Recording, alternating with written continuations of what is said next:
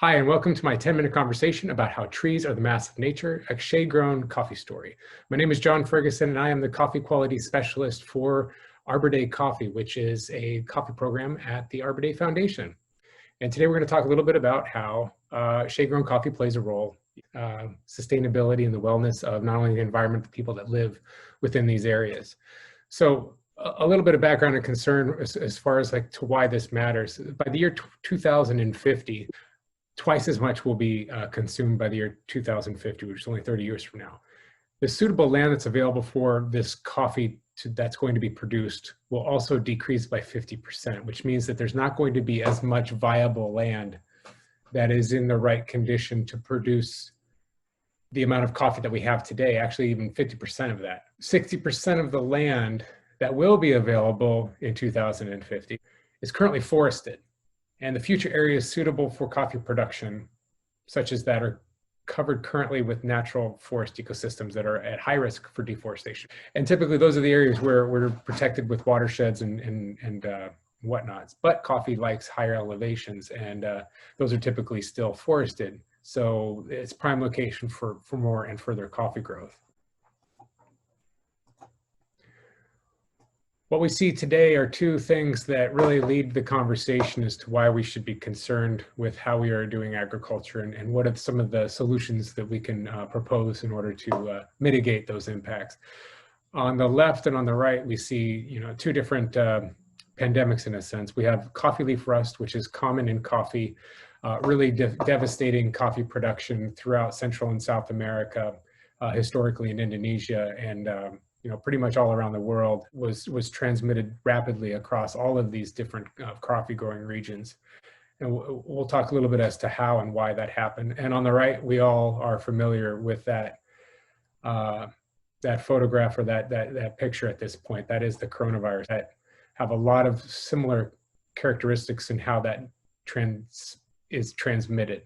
We also transmit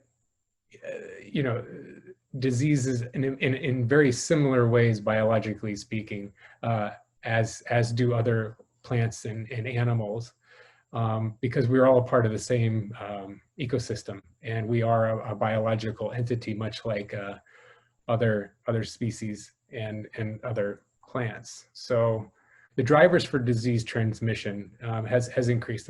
That includes climate change and global social economics. What I mean by that is there are a lot of reasons as to why the coronavirus has spread the way that it has. And there's a lot of reasons as to why coffee leaf rust has spread the way that it has. There are answers on how to mitigate that spread and to how to reduce that transmission. But first, we have to understand how it works before we can manage it. Some of the key points we wanted to kind of point out here is that distancing is very similar, both in coffee rust and in transmission of coronavirus. So distancing, close proximity of plant species or plant spacing for optimal yield potential per square meter is a very similar concept to urban population densities, which is why social distancing and greater distance between coffee plants are recommended. So here we see distancing as a key factor. If you have a coffee plant here and a coffee plant here, coffee leaf rust spores are easily transmitted from leaf to leaf. Same thing with people.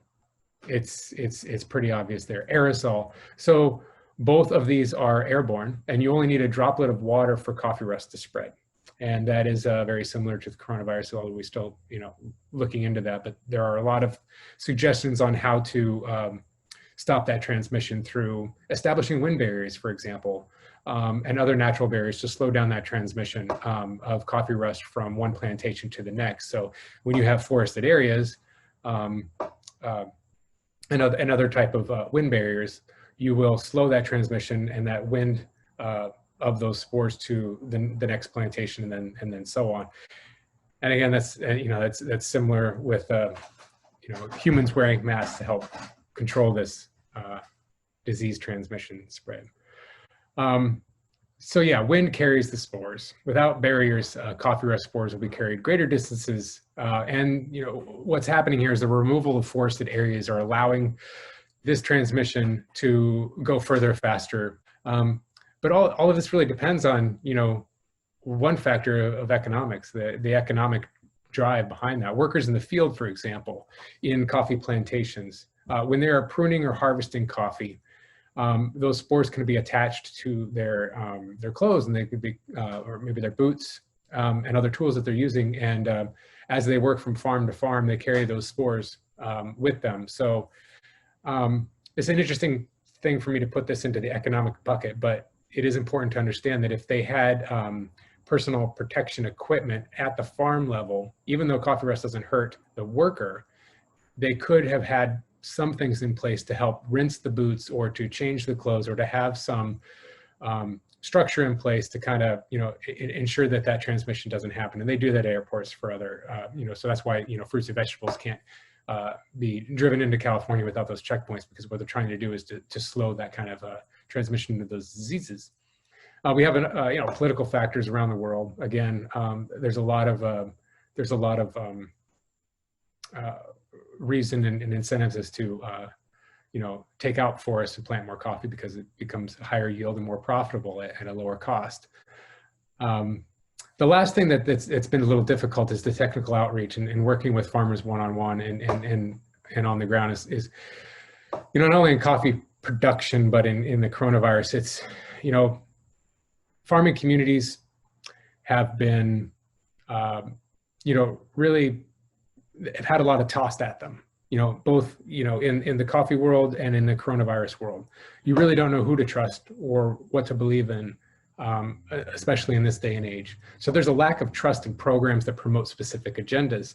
All too often you can be misguided or implemented without fully understanding, what these aspects of the program are and how they're serving the community. And it's just a matter of trust and, building that trust with the people that are presenting this information. And sometimes, it is well known that farmers work within a highly complex ecological system and economic forces, often pulling their decisions in opposite directions. And it's, creating a very delicate balance for decision-making on a daily basis. It is not simple. Lots of farmers would understand very simply that a wind barrier stops disease transmission, but there are a lot of other factors in place. Here is my sales pitch for agroforestry or shade-grown coffee. Here is just a few of the benefits of agroforestry.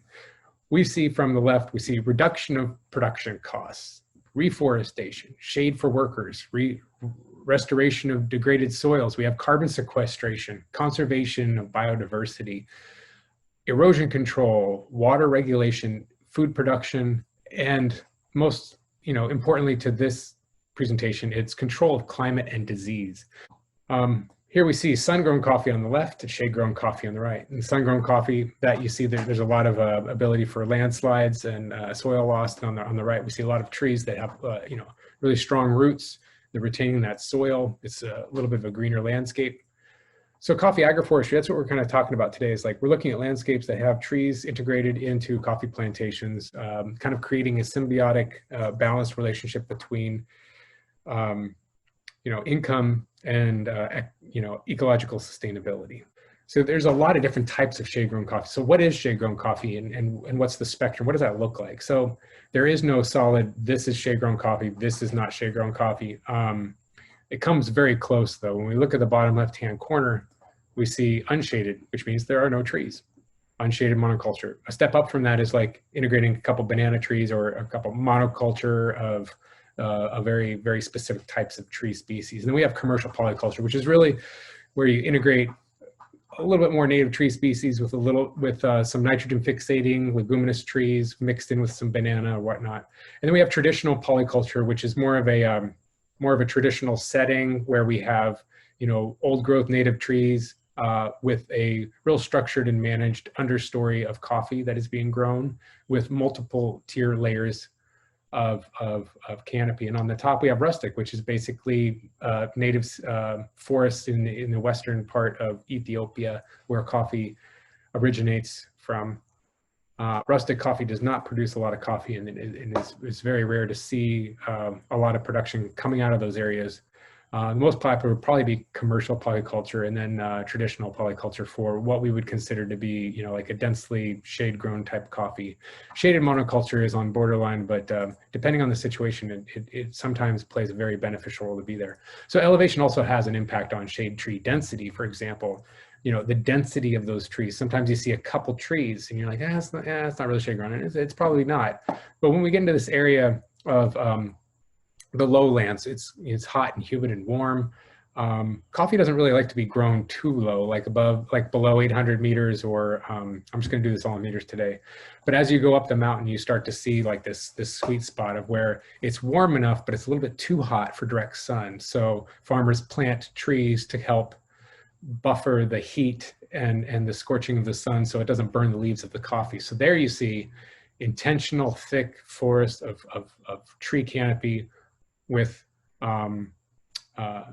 populated, coffee plantations.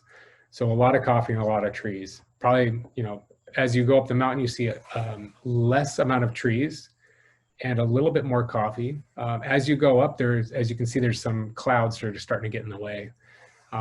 So direct sunlight is healthy for plants, not too much. But as you go up, you also get a cooler environment. And less oxygen.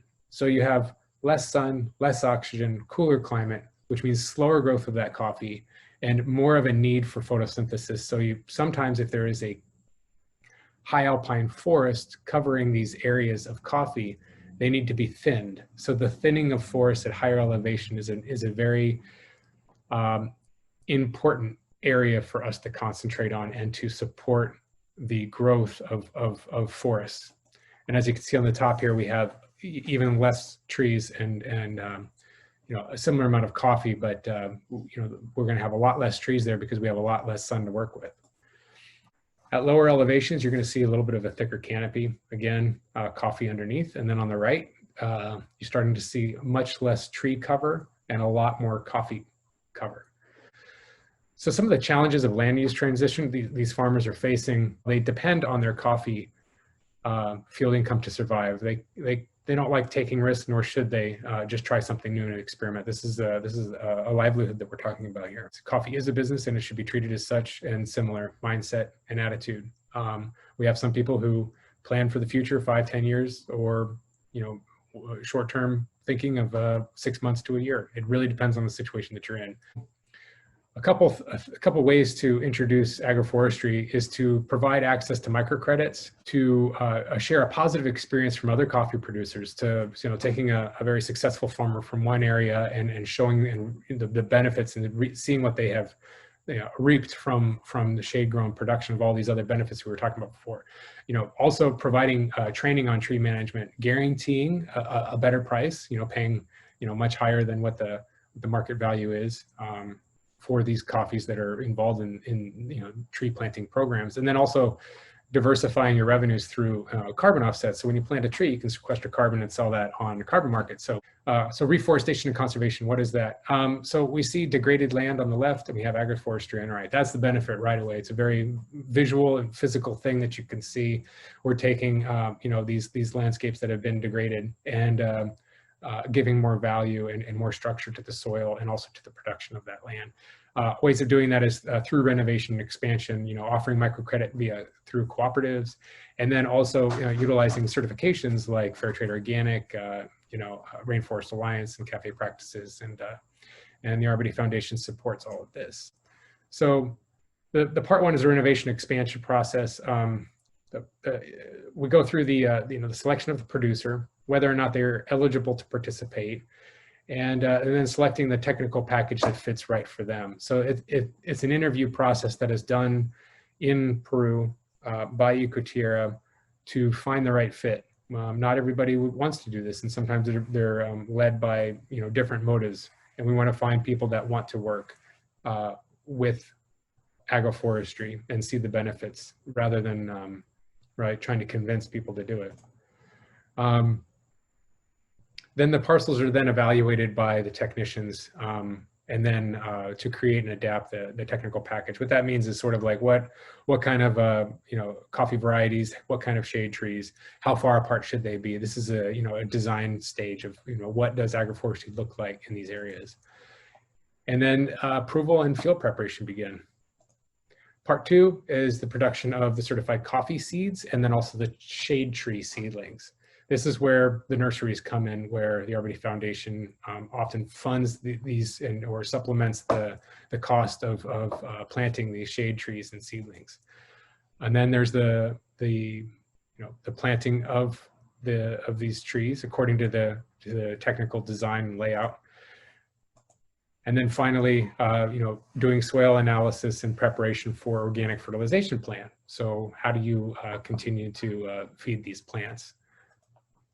We see organic fertilizer, is then used according to the technical package that was designed, and then it helps increase the quality and productivity. And then you finally have the collection of shade-grown coffee. This is my presentation today. I hope you enjoyed the 10 to 15 minutes that you spent with me, and have a good day.